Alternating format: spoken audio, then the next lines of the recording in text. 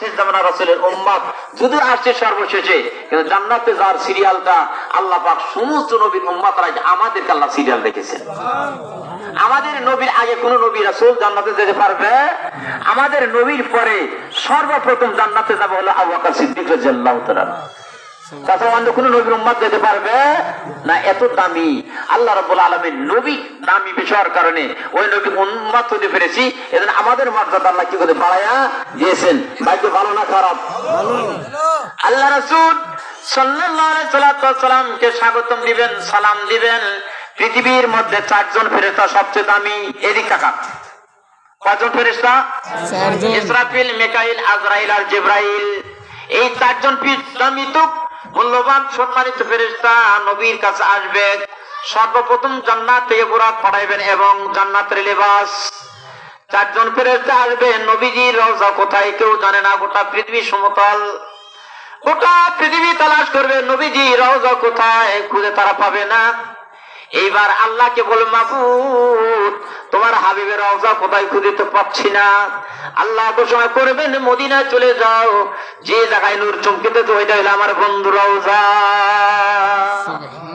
ফেরেশতারা আসবেন নবীজির কবরে পাশে বসে সালাম দিবেন, ইয়া রাসূলুল্লাহ, ইয়া হাবিবাল্লাহ, আজকে আপনার জন্য সুসংবাদ।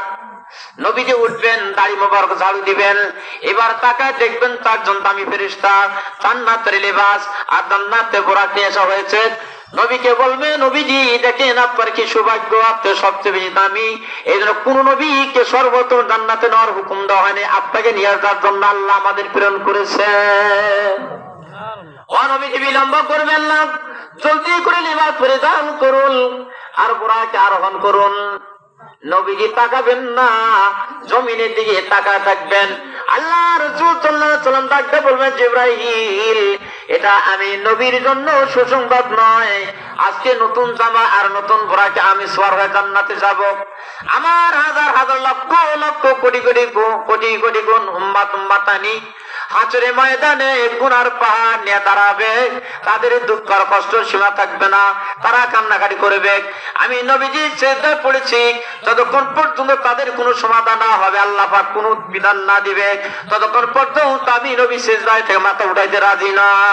লা ইলাহা ইল্লাল্লাহ, লা ইলাহা ইল্লাল্লাহ, লা ইলাহা ইল্লাল্লাহ। আরেকটা আওয়াজ আপনারা সবাই, লা ইলাহা ইল্লাল্লাহ, লা ইলাহা ইল্লাল্লাহ, লা ইলাহা ইল্লাল্লাহ, লা ইলাহা ইল্লাল্লাহ, লা ইলাহা ইল্লাল্লাহ, লা ইলাহা ইল্লাল্লাহ মুহাম্মাদুর রাসূলুল্লাহ। সকলে বলি সাল্লাল্লাহু আলাইহি ওয়াসাল্লাম। নবীর মায়ার দয়া কত বেশি। ওই দিন এমন পরিস্থিতি হবে, মানুষের গুনাহ পরিমাণ কি হবে? গাম হবে। যার গুনাহ যত বেশি, তার ঘামও তত কি হবে? বেশি হবে। কেমন বেশি? কিতাবে লেখেন, কোন কোন ব্যক্তির জন্য সেই গানটা হবে পায়ের গিরা পর্যন্ত। আজকে পেরেশান, আপনি স্ট্রোক করলেন, আর কোন হাসপাতালে রেখে যা সান্ত্বনা দিবে কোন লোক নাই।